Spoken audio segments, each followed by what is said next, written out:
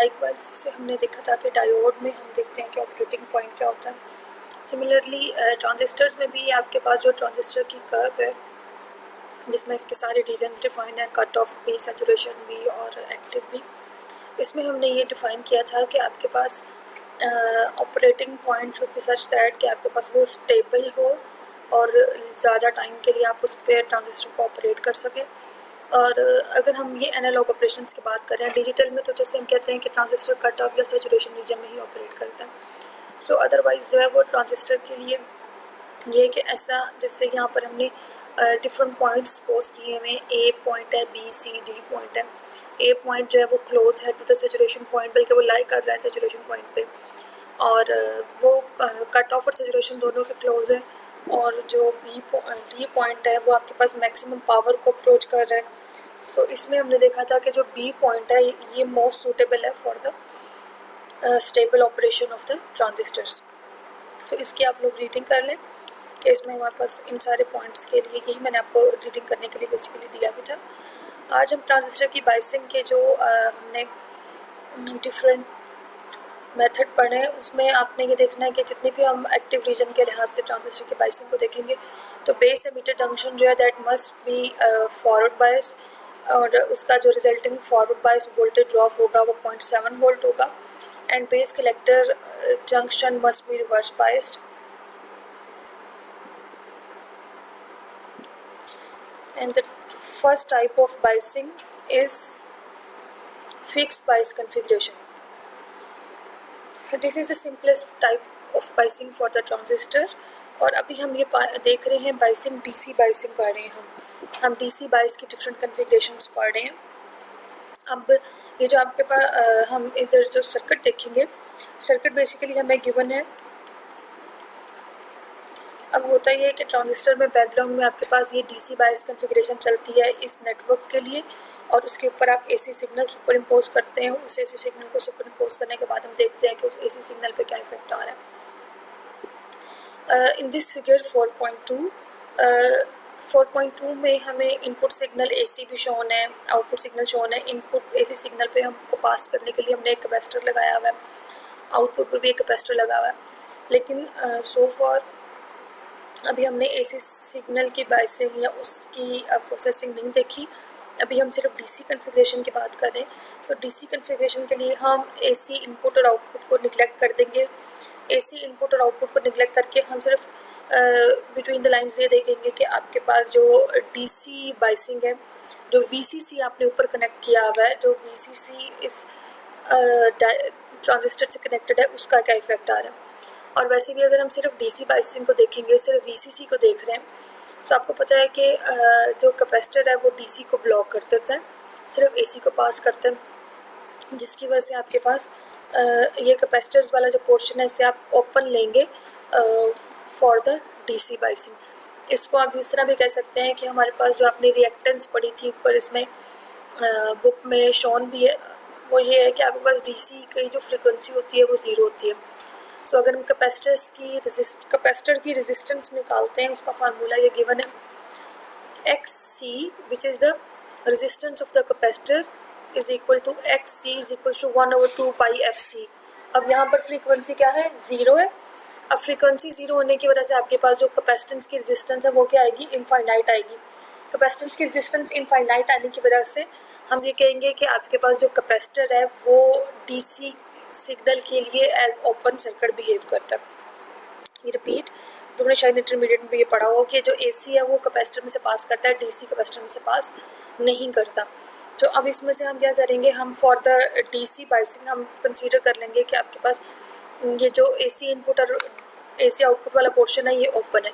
सो आप सिर्फ ये जो दरमियान वाला पोर्शन है, ये वाला पोर्शन, ये वाले पोर्शन को हम कंसीडर करेंगे, जिसमें तीन चीज़ें, ये वीसीसी है जो बेस रेजिस्टेंस से और कलेक्टर रेजिस्टेंस से कनेक्टेड है, फिर आपके पास ये ट्रांजिस्टर है और एमीटर ग्राउंड है। बस ये तीन चीज़ें हमने कंसीडर करनी है फॉर दिस डीसी कॉन्फ़िगरेशन की एनालिसिस। अब ये सर्किट आपको गिवन है। आप बेसिकली क्या है कि एक ट्रांजिस्टर है जिसे आपने डीसी बाइसिंग के लिए इस तरह कनेक्ट किया है कि आपने बेस और कलेक्टर पे एक एक रेजिस्टेंस लगाया और उन दोनों को वीसीसी से यानी पावर सप्लाई से कनेक्ट किया। एमीटर हमारे पास ग्राउंड है, फिक्स बायस है जिसमें हमने एमीटर को फिक्स कर दिया, ग्राउंड कर दिया कि एमीटर आपके पास ग्राउंडेड है।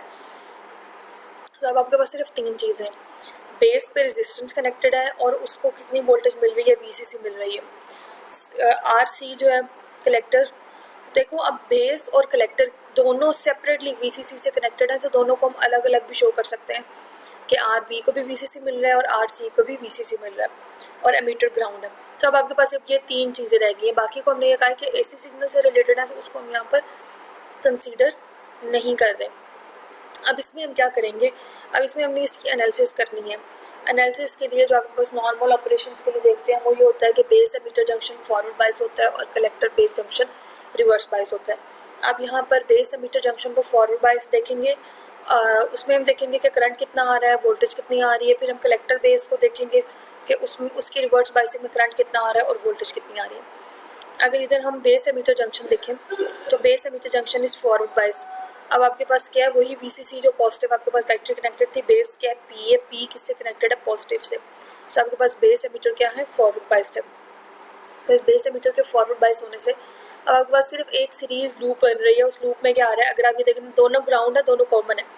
अगर आप इस सारे को एक लूप के तौर पे कंसीडर करते हैं तो आपके पास बेसिकली क्या है, वीसीसी एक पावर सप्लाई है जिसमें से कुछ करंट है जो फ्लो करता है और आरबी में से पास करता है और वही करंट आपके पास पास करेगा बेस एमीटर जंक्शन में से, और ये आपके पास एक लूप है।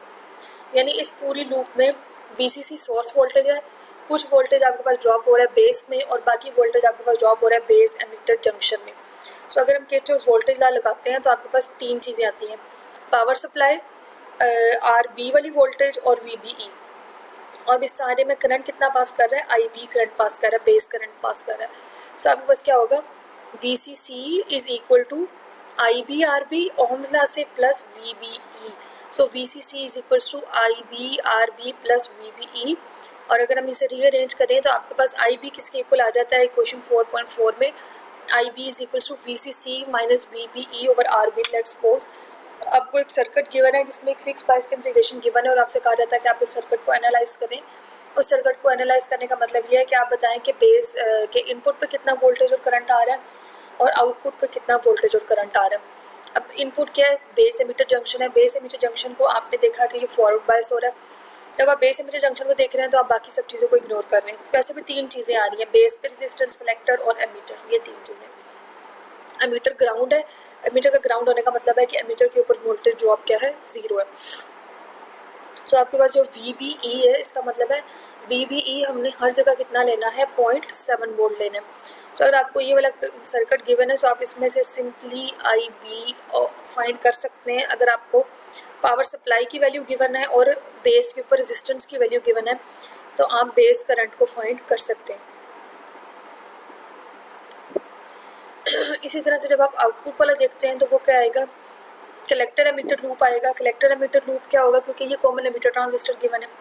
सो इस कलेक्टर एमीटर लूप में क्या होगा, उसी तरह से VCC कनेक्टेड है RC के साथ। इसमें से कलेक्टर करंट पास करेगा और वही करंट पास करेगा फिर VCE में से। अब क्योंकि आपने बीटा फाइंड कर लिया था, बीटा से आप डायरेक्टली क्या फाइंड कर लेंगे, IC फाइंड कर लेंगे। IC will be equals to beta IB।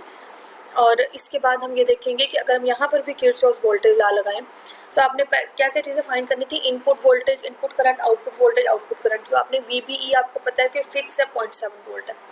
IB आपने फाइंड कर लिया कि VCC minus VBE over RB। फिर आपने IC फाइंड कर लिया बीटा IB। अब पीछे क्या रह गया, आउटपुट वोल्टेज रह गई है, VCE रह गई है। VCE के लिए हम क्या करेंगे, हम किरचॉफ वोल्टेज लॉ अप्लाई करेंगे कि VCC is equals to VCE plus ICRC। So इसमें क्या होगा, अगर हम इसको रीअरेंज कर लें तो आपके पास बेसिकली क्या है, टोटल वोल्टेज VCC या पावर सप्लाई है, उसमें से कुछ कलेक्टर के ऊपर ड्रॉप हो रही है, बाकी सारी किधर आ रही है, कलेक्टर एमीटर जंक्शन पे आ रही है। सो जो कलेक्टर एमीटर जंक्शन के ऊपर वोल्टेज है वो पावर सप्लाई माइनस ICRC के इक्वल है। सो ये सारी वैल्यूज आपने फाइंड कर ली। फिर VCE का मतलब है कि वो रेफरेंस वोल्टेज है, VC में से VE आप माइनस कर रहे हैं, और VB का मतलब है कि आप VB में से VE माइनस कर रहे हैं, क्योंकि हम ये देखते हैं कि आपके पास हमेशा दो वोल्टेजेस जो है वो रेफरेंस में से आती हैं। सो सबस्क्रिप्ट में ये रेफरेंस को शो कर रहा है और VE इन सब पॉइंट्स में क्या है, जीरो है। इस सब को देख के आपने सिर्फ और सिर्फ आज जो देखनी है वो एग्जाम्पल 4.1 देखनी है। अभी एग्जाम्पल 4.1 मैं इधर स्क्रीन पे भी शो कर देती हूँ और आप लोग खुद अपने पास नोट्स में से भी देखें। एग्जाम्पल 4.1 में क्या है कि आपको ये सर्किट गिवन है, इस सर्किट में से आपने वैल्यूज उसी तरह से फाइंड करनी है, I B, I C, V C E, V B, V C, V B C, ये सारी चीज़ फाइंड करनी है। और इनके सबस्क्रिप्ट में क्यू पॉइंट आ रहा है और ये हम क्या ले रहे हैं, हम एक्टिव रीजन ले रहे हैं। तो इसमें आपके पास ये जितनी भी वैल्यूज़ आ रही हैं इनको हम कह सकते हैं कि ये आपके पास क्यू पॉइंट के ऊपर है या ऑपरेटिंग पॉइंट के ऊपर है।